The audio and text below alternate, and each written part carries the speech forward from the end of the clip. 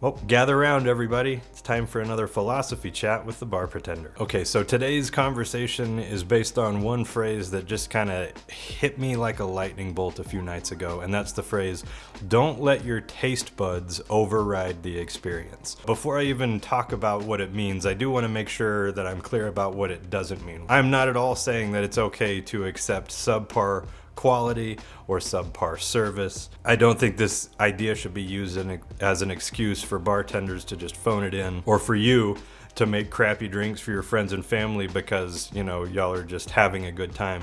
But to me, what that phrase does mean, and something that I want to carry with me, is this idea that I don't want to miss out on whatever the experience is because I'm too caught up in whether or not they had the right whiskey or beer or whatever. I think for some people, especially people like me, who tend to be a little bit OCD and a little obsessive, it can be very easy for me to miss out on an entire experience. I remember years ago, my wife and I went to Mexico for one of our anniversaries. We did this little, outside half-day excursion thing where we went to this other beach where they had filmed a bunch of Corona ads. And I was just now starting to get into good quality beers and that sort of thing. And I remember finding out that they only had 3 beers. I think they had Corona, they had Modelo Negro, some other Mexican beer that I didn't know about at the time. And I was so annoyed and I was so bummed because all I wanted was to, sip I was probably really into hazy IPAs at the time or something, but I was bummed. I was on this beautiful beach with the love of my life, and I was getting grouchy about the fact that they didn't have the kind of beers that I wanted. I was completely missing out on the experience because all I was focused on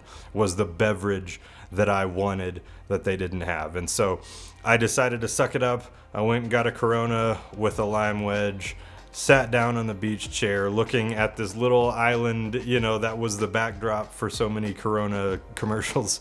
And I remember pushing the lime wedge in it and sipping it and immediately thinking, you know what? Not only does this subpar beverage, not only does it not take away from my experience, but it actually kind of enhances it. And so it's not always about me getting the drink that I wanted. It's about the people that you're with, the things that you're experiencing. And if those are legit, don't let your taste buds override that experience. So that's all I have for this one. Let me know what you think. Have you been in a situation where you realized you completely missed out on the experience because you got so fixated on the beverage? And what are some tricks that you've thought of to help you stay in the moment and stay engaged and not get distracted when the beverage might not be up to your standards? Let me know in the comments. We'll see you next time. Cheers.